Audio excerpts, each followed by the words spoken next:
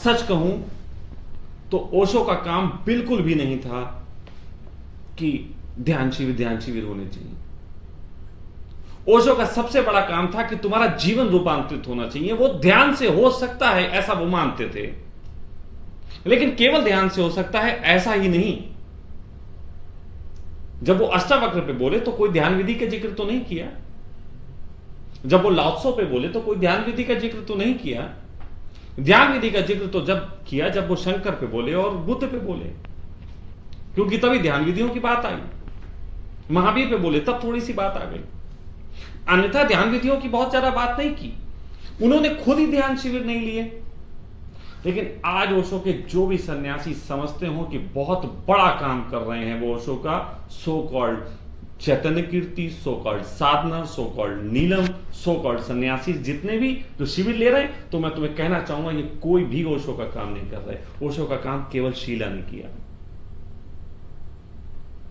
वो भले ही उस समय कंट्रोवर्सी से गुजर गई, भले ही उसकी नादानियां मूर्खताओं ने कुछ चीजों को उठाया, लेकिन आज वो कूल है।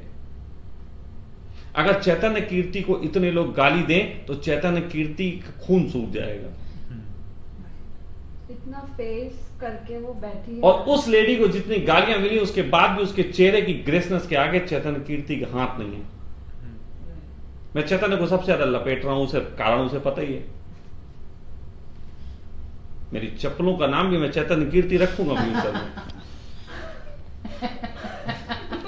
मैं बता दे रहा हूं। और ओशो की भी कोई चप्पलें रही होंगी तो उनका नाम ऐसे ही रखा होगा, ऐसे लोगों के लिए जो समझते हैं बहुत बड़ा काम कर रहे हैं। अरे काम होता है जीवन जीना। कौन जी रहे हो? मुझे वो आदमी दिखाओ जो जीवन जी रहा हो, और जो थोड़े बहुत जी रहे होंगे उनका तुम्हें कोई पता नहीं, उनका कोई तुम जिक्र नहीं करते। या तो उनकी निंदा है या वो लापता है। जो थोड़े से जी रहे हैं या तो उनकी निंदा है या वो लापता है।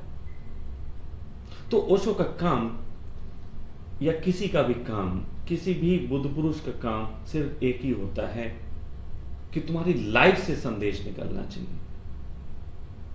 लेकिन ओशो के सारे सन्यासियों ने अपने मुंह से संदेश निकालना शुरू कर दिया, जीवन से किसी के संदेश नहीं निकलते। हाँ, मेरे लिए भी लग रहा होगा कि मैं मुंह से निकाल रहा हूं, लेकिन मेरे जीवन को भी देख लो आके, और पुराना भी देख लो। गालियां जूते पहले खाए हैं, उसके बाद बोलना शुरू किया। हाँ, आगे भी बताऊंगा कि इसकी भी मजबूरियां क्यों करना पड़ता है, लेकिन मेन चीज तो जीवन होती। बुद्ध के जीवन से कुछ चीजें निकली, लेकिन बुद्ध के बाद लोगों के जीवन से वो चीजें नहीं निकली। बुद्ध के बाद लोग ठंडे होते चले गए।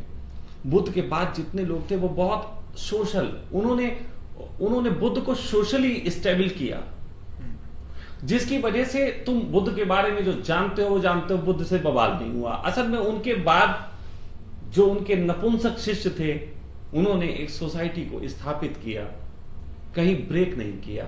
इससे बुद्ध का नाम तो हुआ, काम बर्बाद हो गया। और मैं कह रहा हूं यही ओशो के साथ हो रहा कि ओशो ने जीवित रहते तो काम किया, उसके बाद काम के नाम पे सिर्फ फोटो फैल रहे हैं, असली जीवन कुछ नहीं हो रहा। इसीलिए मैं कहता हूं 2-2,500 साल बाद बच्चे कहेंगे बहुत प्यारे बाबा जी थे, बहुत अच्छी अच्छी बातें करते थे, डांस कर लेते थे सन्यासियों के साथ, और कोई कंट्रोवर्सी नहीं थी।